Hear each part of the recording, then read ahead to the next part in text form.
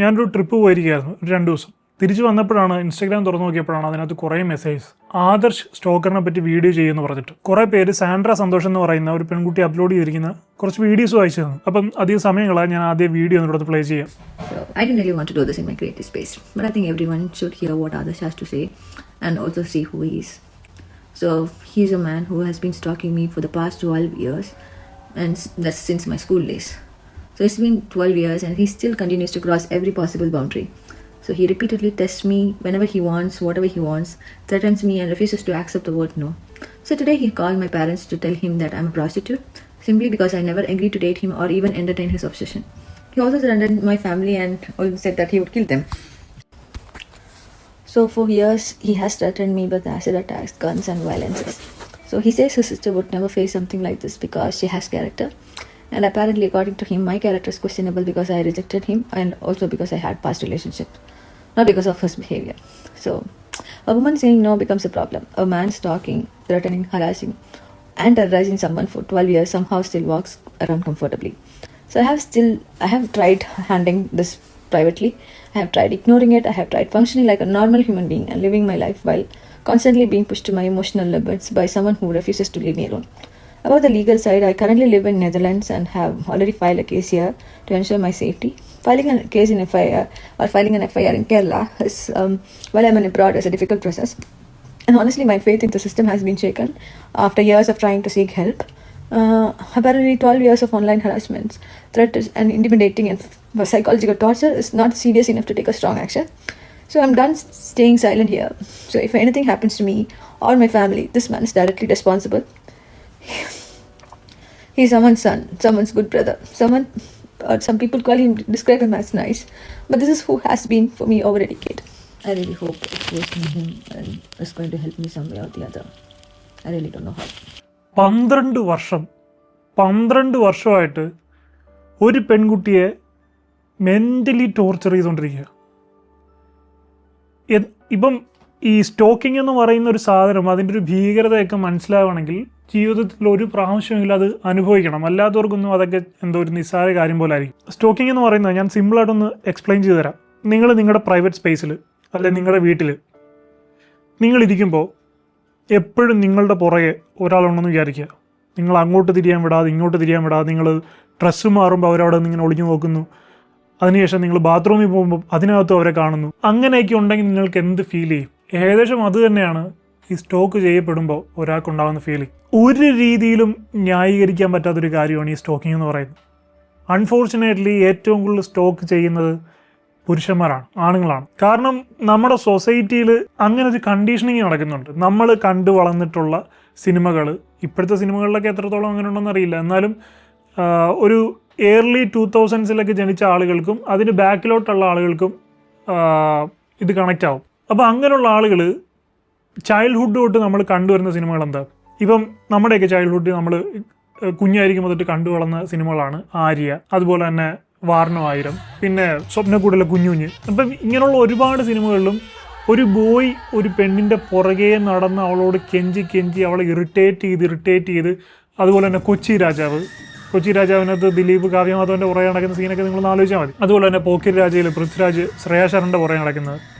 അപ്പോൾ ഇതെല്ലാം ഭയങ്കര ഹീറോ വൽക്കരിക്കപ്പെട്ട, ഭയങ്കര ഗ്ലോറിഫൈ ചെയ്യപ്പെട്ട മെയിൽ ക്യാരക്ടേഴ്സൊക്കെയാണ്. അങ്ങനെ എണ്ണിയ തീരാത്ത അത്രയും സിനിമകളുണ്ട്. അപ്പം വളരെ ചെറിയ ചൈൽഡ്ഹുഡ് തൊട്ട് തന്നെ ഈ ആൺപിള്ളേരുടെ തലയിലേക്ക് ഇഞ്ചെക്ട് ചെയ്ത് കൊടുക്കുന്ന എന്താണ്? നീ പെർസ്യൂ ചെയ്യണം, നീ പുറകെ നടക്കണം, നീ ചേസ് ചെയ്യണം. അങ്ങനെ ഒരു പെണ്ണിനെ ചേസ് ചെയ്താൽ മാത്രമേ നിനക്കൊരു റിലേഷൻഷിപ്പിലാകാൻ പറ്റുള്ളൂ. അതുപോലെ തന്നെ ഇത് കണ്ടു വളരുന്ന പെണ്ണുങ്ങളും ആണുങ്ങൾ കുറച്ച് നാൾ പുറകെ നടക്കട്ടെ, എന്നാൽ മാത്രമേ അത് ഇഷ്ടമാവുള്ളൂ, എന്നാൽ മാത്രമേ അത് റിലേഷൻഷിപ്പിന് അതൊരു സിൻസിയറിറ്റി ഉണ്ടാവുള്ളൂ. ഇങ്ങനെയുള്ള കുറേ ചിന്താഗതികളുണ്ട്. അപ്പോൾ സിനിമയിൽ ഇത് കാണുമ്പോൾ നമുക്ക് ഭയങ്കര സന്തോഷം, ഭയങ്കര കളർഫുള്ളായിട്ടും ഭയങ്കര പോസിറ്റീവൊക്കെ ആയിട്ടാണ് ഇത് അവതരിപ്പിക്കുന്നത്.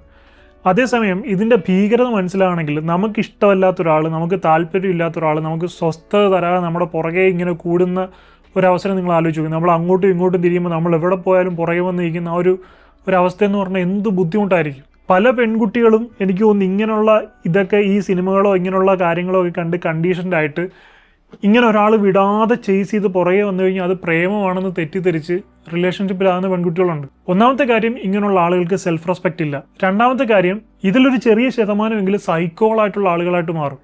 ഈ സൈക്കോളായിട്ടുള്ള ആളുകളായിട്ട് മാറുന്നതാണ് ഏറ്റവും വലിയ പ്രശ്നം. ഈ ആദർശം എന്നൊക്കെ പറയുന്ന ആളുകൾ ആ കാറ്റഗറി പെട്ടതാണ്.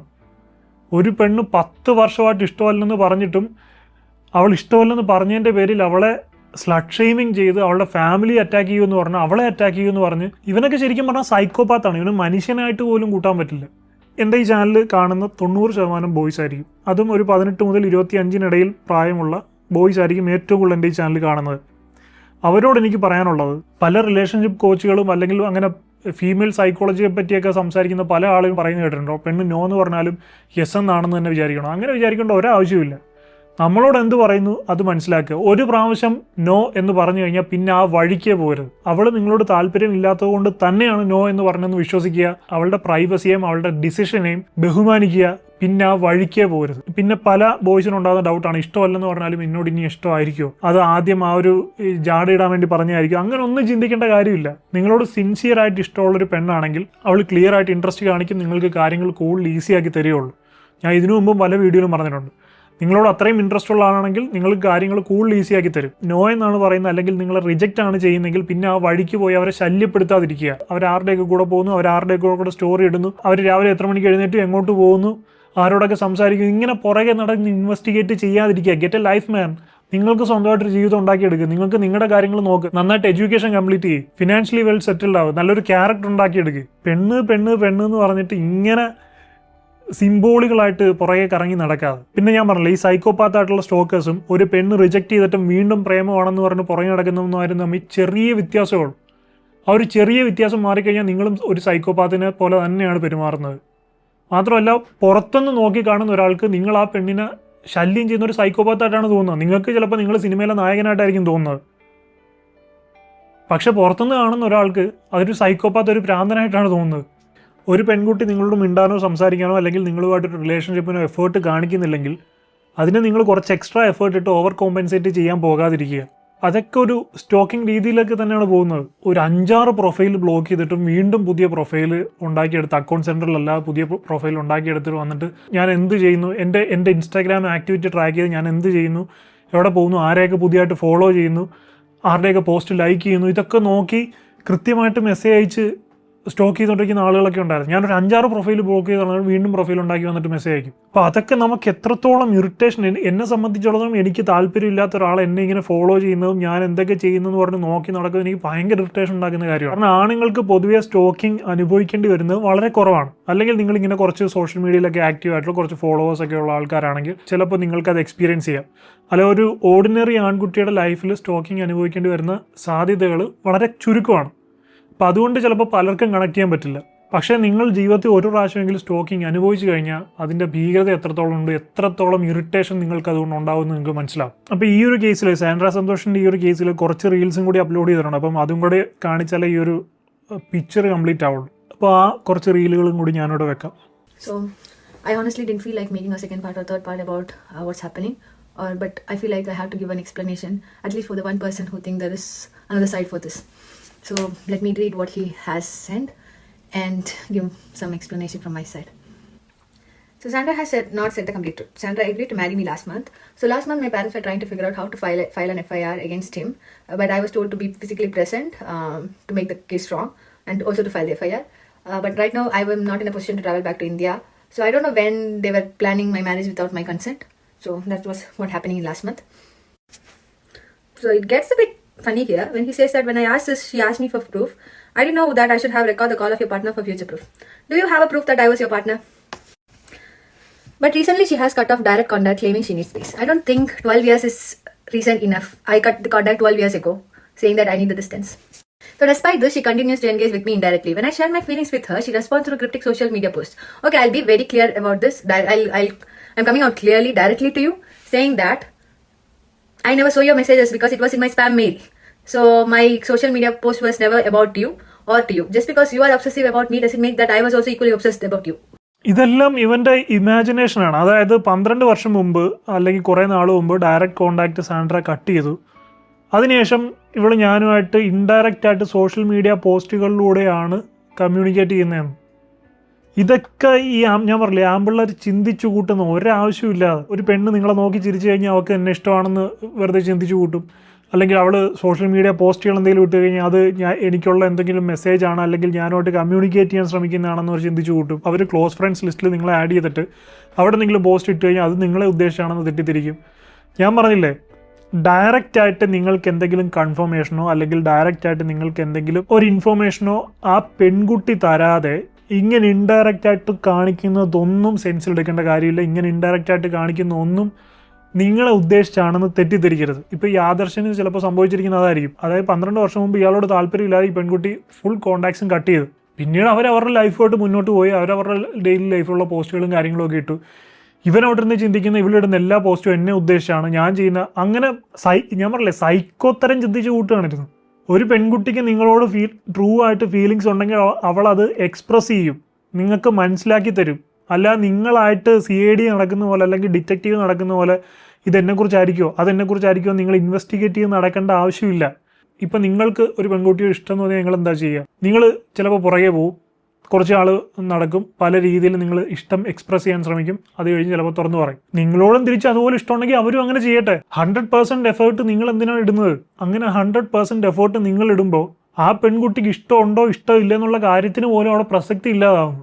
എല്ലാ കാര്യങ്ങളും നിങ്ങൾ ഏറ്റെടുത്ത് ചെയ്യുക. ഒരു റിലേഷൻഷിപ്പ് എന്ന് പറഞ്ഞാൽ എന്താ, ഓൺ പേപ്പർ എങ്കിലും 50-50 ആണ് ആ ഒരു പാർട്ട്ണർഷിപ്പ് വേണ്ടത്. ഇപ്പം നിങ്ങൾ കാണിക്കുന്ന ഇഷ്ടത്തിൻ്റെ ഒരു 30-40% അവർ റിപ്ലിക്കേറ്റ് ചെയ്യണം. എന്നാലേ അതിന് എന്താ പറയുക, ഒരു റിലേഷൻഷിപ്പാണ് ഇഷ്ടമാണെന്നൊക്കെ പറയാൻ പറ്റുള്ളൂ. 100% നിങ്ങൾ തന്നെ ഇട്ടുകൊണ്ടിരുന്നിട്ട് ഇഷ്ടമാണെന്ന് നിങ്ങളുടെ സ്വപ്ന ലോകത്ത് ഇങ്ങനെ വിചാരിച്ച് ചിന്തിച്ചുകൊണ്ടിരുന്നിട്ട് എന്തെങ്കിലും കാര്യമുണ്ടോ? അപ്പോൾ ഇങ്ങനെയൊക്കെ ചെയ്യുമ്പോൾ നിങ്ങൾ എന്താ ചെയ്യുന്നതെന്ന് വെച്ച് കഴിഞ്ഞാൽ നിങ്ങൾ പോലും അറിയാതെ ഇമോഷണലി ഇൻവെസ്റ്റഡ് ആവുകയാണ്. നിങ്ങൾ എത്രത്തോളം ഇമോഷണലി ഇൻവെസ്റ്റഡ് ആകുന്നു അത്രത്തോളം പിന്നെ അതിൽ നിന്ന് നിങ്ങൾക്ക് പുറകോട്ട് പോകാൻ പാടായിരിക്കും. നിങ്ങൾ പുറകോട്ട് പോകണമെന്ന് ആഗ്രഹിക്കുമ്പോഴൊക്കെ നിങ്ങളുടെ ബ്രെയിൻ നിങ്ങൾ പോലും അറിയാതെ നിങ്ങളിങ്ങനെ ഓർമ്മിപ്പിച്ചുകൊണ്ടിരിക്കും. നീ ഇത്രത്തോളം ഇൻവെസ്റ്റ് ചെയ്തു, നീ ഇത്ര സമയം ഇൻവെസ്റ്റ് ചെയ്തു, നീ ഇന്ന കാര്യങ്ങൾ ചെയ്തു, നീ ഇത്രയും ദിവസം അവൾ എന്തൊക്കെ ചെയ്യുന്നു നോക്കി നടന്നു, നീ അവളുടെ സോഷ്യൽ മീഡിയ സ്റ്റോക്ക് ചെയ്തു, നീ അപ്പം നിൻ്റെ ലൈഫിൽ നല്ലൊരു സമയം ഇവർക്ക് വേണ്ടി ഇൻവെസ്റ്റ് ചെയ്തു. അപ്പോൾ ഇനി പുറകോട്ട് പോയി കഴിഞ്ഞാൽ അത് നിനക്കൊരു ലോസാണ്, നഷ്ടമാണ്, നിനക്ക് എന്തൊക്കെയോ വലുത് നഷ്ടപ്പെടാൻ പോകുന്നു എന്നൊരു പേടി ഉള്ളിലേക്ക് തരും. അതാണ് ഒരു പെൺകുട്ടി ഇഷ്ടമല്ലെന്ന് പറഞ്ഞിട്ടും 90% ആണുങ്ങൾക്കും അതിൽ നിന്ന് വിട്ടുപോകാൻ പറ്റാത്തത്. ഈ ഒരു പേടി, ഈ ഒരു നഷ്ടബോധം, എന്തൊക്കെയോ നഷ്ടപ്പെട്ടു പോകുന്നു എന്നുള്ള പേടി. അതേസമയം നിങ്ങൾ എഫേർട്ടൊന്നും ഇട്ടില്ലെങ്കിലോ, ഒരു പെൺകുട്ടി നിങ്ങളെ നോക്കി ചിരിച്ചു, നിങ്ങളും നോക്കി ചിരിച്ചു. ഒരു പെൺകുട്ടി നിങ്ങളോട് ഒന്ന് സംസാരിച്ചു, നിങ്ങളും തിരിച്ച് സംസാരിച്ചു. നിങ്ങൾ അത് കഴിഞ്ഞ് കുറച്ച് കഴിഞ്ഞ് ഇഷ്ടമാണെന്ന് പറഞ്ഞു, അവൾ ഇഷ്ടമല്ലെന്ന് പറഞ്ഞു. ശരി, ഓക്കെ, നിങ്ങൾ നിങ്ങളുടെ കാര്യം നോക്കി പോവുക. നിങ്ങൾക്ക് അവിടെ ഇൻവെസ്റ്റ്മെൻറ്റ് കുറവാണ്. ഇൻവെസ്റ്റ്മെൻറ്റ് കുറവുള്ള സ്ഥലത്ത് നിന്ന് വിട്ടുപോകാൻ നമുക്ക് എളുപ്പമായിരിക്കും. സോ അതുകൊണ്ട് never ever invest if the girl is not truly into you. 100% അവിടെ നിന്നൊരു കൺഫർമേഷൻ കിട്ടിയതിന് ശേഷം മാത്രം നിങ്ങളുടെ സമയവും നിങ്ങളുടെ ഇമോഷൻസും ഒക്കെ ഇൻവെസ്റ്റ് ചെയ്യുക. ഇതൊരു പെൺകുട്ടിയെ കാണുമ്പോൾ തന്നെ അവൾക്ക് ഇഷ്ടമാണോ അല്ലേന്ന് അറിയാതെ നിങ്ങളുടെ 100%, 200% നിങ്ങൾ കൊണ്ട് ഇൻവെസ്റ്റ് ചെയ്യുന്നതുകൊണ്ടാണ് കുറച്ച് കഴിയുമ്പോൾ അവൾ ഇഷ്ടമല്ല എന്ന് പറയുമ്പോഴും നിങ്ങൾക്ക് അത് അക്സെപ്റ്റ് ചെയ്യാൻ പറ്റാത്തത്, നിങ്ങൾക്ക് അവിടെ നിന്ന് വിട്ടുപോകാൻ പറ്റാത്തത്. താല്പര്യം തോന്നുന്ന, ക്രഷ് തോന്നുന്ന പെൺകുട്ടിയോട് ഓപ്പണായിട്ട് പറയും, എനിക്ക് ഒരു ഇഷ്ടം തോന്നുന്നുണ്ട്, എന്താണ് നിങ്ങളുടെ അഭിപ്രായം എന്ന് ചോദിക്കൂ. ഇഷ്ടമാണെന്ന് പറഞ്ഞു കഴിഞ്ഞാൽ അക്സെപ്റ്റ് ചെയ്ത് ഓക്കെ ആയി റിലേഷൻഷിപ്പിലാവും. ഇഷ്ടമല്ലെന്ന് പറഞ്ഞാൽ വിട്ടിട്ട് നിങ്ങളുടെ കാര്യം നോക്കി പോകും, അടുത്ത ആളെ നോക്കി പോകും. നമ്മളിപ്പം ഒരു ജോലിക്ക് അപ്ലൈ ചെയ്തു, അത് കിട്ടിയില്ല, റിജക്റ്റ് ആയി, നമ്മൾ ഇൻ്റർവ്യൂവിൽ ഫെയിൽഡായി, നമ്മൾ അടുത്ത ജോലിക്ക് ട്രൈ ചെയ്യില്ലേ? സോ അതുപോലെ തന്നെ ഒരാളോട് ഇഷ്ടം പറഞ്ഞു, അവർ റിജക്റ്റ് ചെയ്തു, ഓക്കെ, അത് അക്സെപ്റ്റ് ചെയ്യുക, അവരുടെ ഡിസിഷനെ ബഹുമാനിക്കുക. അടുത്ത ആൾ നോക്കുമ്പോഴായിരിക്കും നമുക്ക് ഏതാണ് മാച്ച്, നമ്മളോട് ഇഷ്ടമുള്ള ആരാണെന്ന് നമുക്ക് മനസ്സിലാകുന്നത്. നമ്മളൊരിക്കലും ഒരാളെ വെച്ചുകൊണ്ട് വേറൊരു റിലേഷൻഷിപ്പിന് പോവുകയല്ല, അല്ലെങ്കിൽ ഒരുപാട് ആളുകളെ റിലേഷൻഷിപ്പിലാക്കാൻ നോക്കുകയല്ല. ഒരാൾ ക്ലിയർ ആയിട്ട് റിജക്റ്റ് ചെയ്തു, അപ്പോഴും അടുത്ത ആളിലേക്ക് പോയി അടുത്തത് ട്രൈ ചെയ്യുക. സോ അതുകൊണ്ട് ആർക്കും, ആ പെൺകുട്ടിക്കും ബുദ്ധിമുട്ടില്ല, നിങ്ങൾക്കും ബുദ്ധിമുട്ടില്ല. അതുകൊണ്ട് നിങ്ങൾ ഇഷ്ടം തുറന്നു പറഞ്ഞു ഒരു പെൺകുട്ടിയെ നിങ്ങളെ റിജക്റ്റ് ചെയ്താൽ പിന്നെ ആ ഏരിയയിലേക്ക് പോകരുത്. സിനിമയൊക്കെ സിനിമയുടെ വഴിക്ക് വിട്ടേക്കുക. അല്ലു അർജുനൊക്കെ സിനിമയിലാണ്, സിനിമയിലൊക്കെ അത് ഹീറോയിസുമാണ്. റിയൽ ലൈഫിൽ അങ്ങനെയുള്ള ആളുകൾ വില്ലന്മാരായിട്ടാണ് മാറുന്നത്, സൈക്കോളായിട്ടാണ് മാറുന്നത്. അപ്പോൾ അങ്ങനെയുള്ള ഇത് ഒരു ആൺകുട്ടിയുടെ അല്ല, ഒരുപാട് ആൺകുട്ടികളുടെ കഥയാണിത്. നിങ്ങൾ സ്വന്തമായിട്ട് എന്തെങ്കിലുമൊക്കെ ആലോചിച്ച് കൂട്ടി, ഏതെങ്കിലും പെണ്ണിന് നിങ്ങളെ ഇഷ്ടമാണെന്നൊക്കെ വിചാരിച്ച് കൂട്ടിയിട്ട് പുറകെ നടന്നിട്ട് ആ പെണ്ണിനെ ചീത്ത വിളിച്ചോണ്ടോ അവളോട് പ്രതികാരം ചെയ്യാൻ പോയിട്ടോ വല്ല കാര്യമുണ്ടോ?